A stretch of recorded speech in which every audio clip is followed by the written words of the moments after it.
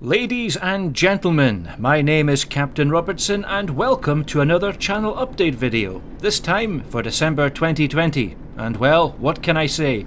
It's certainly been an interesting year, with the vast majority of us being forced to spend most of it in self-isolation and work from home thanks to the scourge that is COVID-19.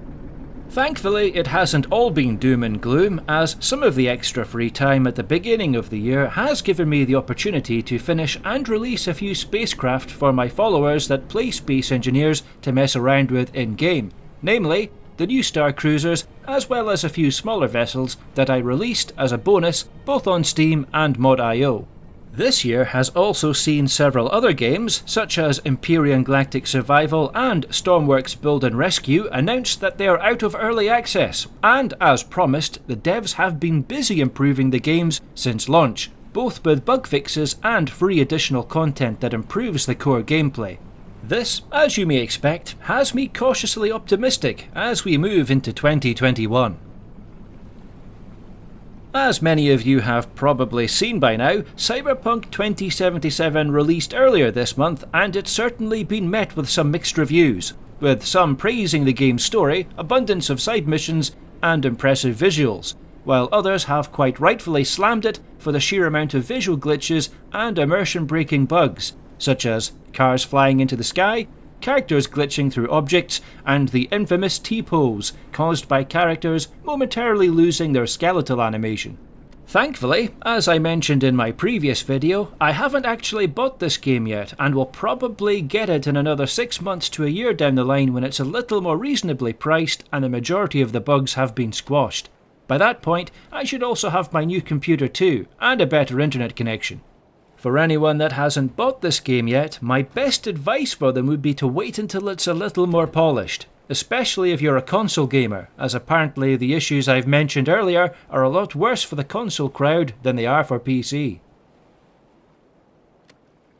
In other news, as expected, Space Engineers released another free planet and more cosmetic DLC with their recent Wasteland update, which focuses primarily on adding more content for wheeled ground vehicles, including a new buggy cockpit and spotlights.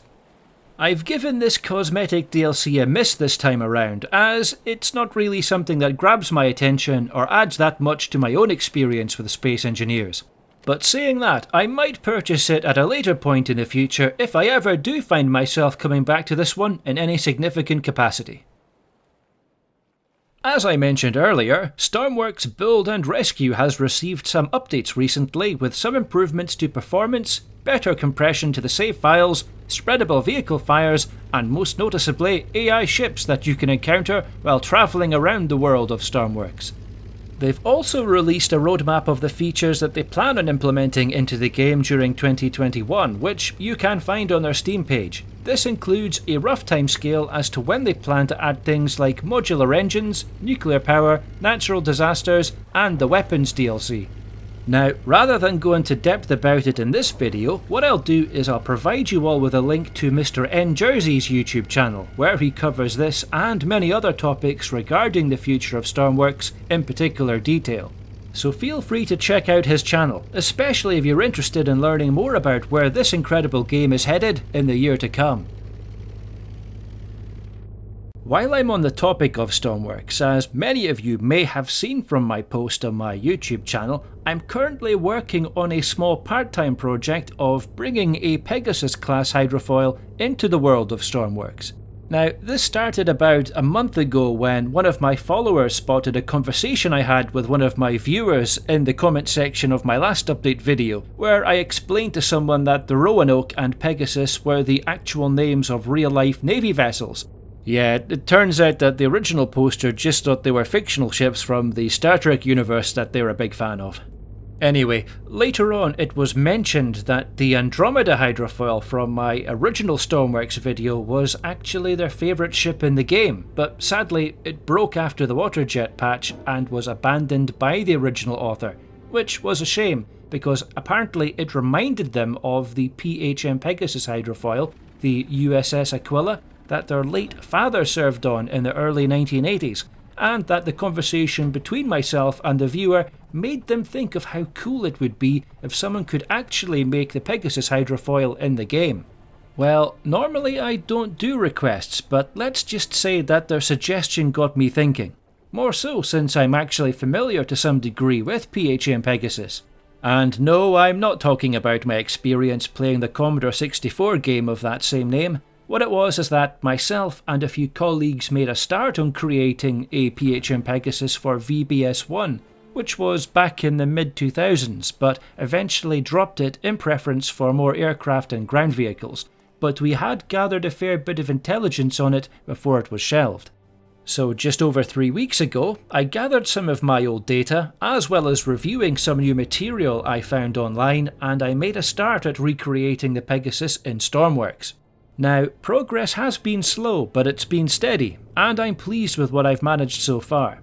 It's still a long way off, and while I've managed to make it as realistic and accurate as possible, there have been some concessions made in order to accommodate the game mechanics and block sizes in Stormworks. But so far the scale is pretty much spot on, and it's about 1/5 complete. At some point in the next few weeks I might post a few screenshots or maybe even a video online, just to let you guys all see the progress that's being made. Another thing I thought I'd mention to everyone, and I know some of you will be aware of this already, as it's not exactly breaking news, but I know that some of my friends and colleagues were surprised by this. But MicroProse have come back on the scene and already have an impressive lineup of new wargame simulations planned for 2021.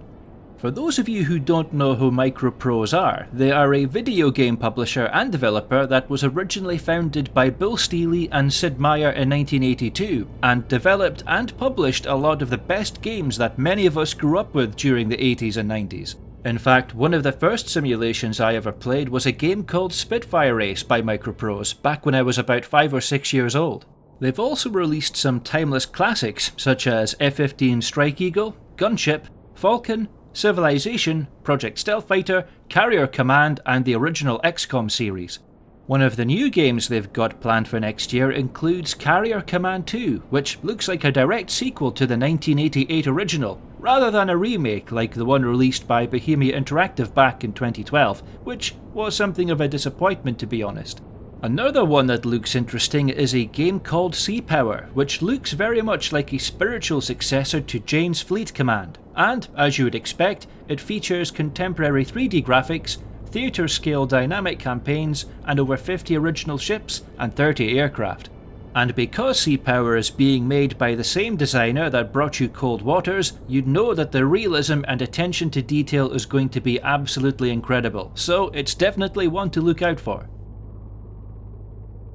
Going back to sci-fi game-related news, Empyrion Galactic Survival has received another update, bringing it up to version 1.3. Not only has there been a bunch of bug fixes, but they've added some new features, including a new decal system which allows you to bring custom videos and pictures into the game and add them to the structures that have spawned in the playfields. They've also added the ability to create custom NPC factions and add them to the galactic territories, playfields and POIs, which is really useful for anyone involved in creating their own scenarios or hosting multiplayer servers. Another thing they've done is add a few more missions to the main storyline, which is starting to be fleshed out quite nicely, and certainly adds a little more variety to it. Overall, it's great to see that they've stuck to their promise of continuing to support this game well past its version 1 release, which was something a lot of us were worried about back at the beginning of the year when they announced that the game was going to be leaving early access. And from the looks of it, we can expect further updates in the coming year to this already impressive game. In other news, as of the time of this recording, I am pleased to announce that Steam has started its winter sale. That's right folks, feel free to check out the Steam store to see what is currently on offer, as there have been some relatively new titles such as Borderlands 3 that have as much as 50% off, and other AAA titles like Red Dead Redemption 2 with 33% off, so if you're looking for a bargain, now's an excellent time. Now, this brings me on to another topic which came up after someone on a Discord channel I popped into went off on a rant regarding the price of games these days and how they'd spent a fortune on all the AAA titles they'd pre-ordered and purchased on the day of release. Well, here's the thing. Games only cost as much as you're willing to pay for them. Now, I'm going to let that sink in for a bit before I explain what I mean. Right, first off, no one in their right mind should be pre-ordering anything. This is a tool used by software publishers to guarantee sales and to con consumers by offering them what is essentially shinies to try and buy their product before it's even been reviewed.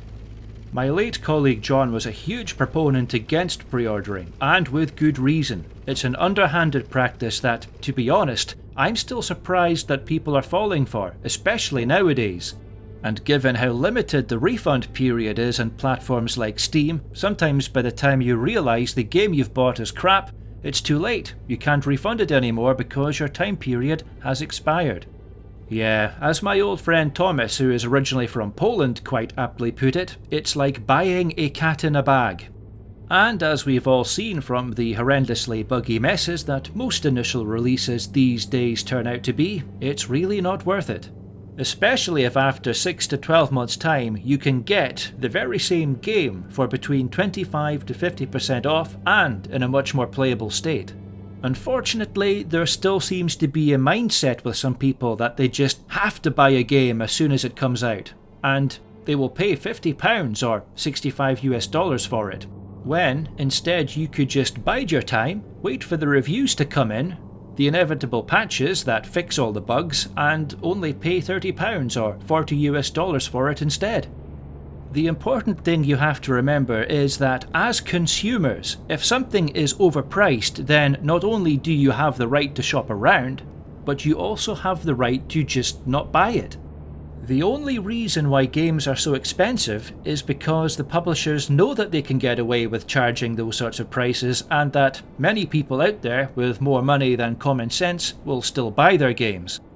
I know that I personally would never fork out anything more than $34.99 for what is essentially just a digital copy of a game, and to be honest, I can't remember the last time I paid full price for a AAA title. These last 5 years I've always just waited until they've come down in price or gone on sale. Besides, most of the better games these days aren't actually made by AAA companies anymore, and are instead made by the smaller independent studios, who rarely charge more than £20, and whose games I find do tend to provide far more hours of enjoyment anyway. And that, ladies and gentlemen, I think speaks volumes about who is the more deserving of my hard-earned cash. Well folks, normally I'd have the Q&A segment right about now, but unfortunately I've only had about 3 questions in that come close to the sort of quality that I'd like for the Q&A segment. All the others have been things that I've either answered before, or I've just replied to via a personal message or in the comment section. So rather than have a painfully short Q&A segment, I thought I'd save them until the next time when I have a few more questions in. So I apologise in advance for the delay in answering some of the decent ones I've gotten in recently, but rest assured I'll get around to them in the next channel update video. Well everyone, that about wraps things up for tonight. Well, I can certainly say that 2020 has been a challenging year, that's for sure. I know that I personally haven't seen anything like it in my lifetime, though I know that my long-departed great-grandmother briefly mentioned once about how she went through something that sounded very similar to this with the Spanish influenza, and that was another viral epidemic which lasted between 1918 until 1920, and due to the medical science of the time, it hit us a lot harder than COVID-19 has. What I do know is that there's still a long way to go before things get back to some semblance of normality, and even longer before our economies recover from this mess. But I am also confident that if we all pull together, then we can all come out of this in one piece and with our heads held high.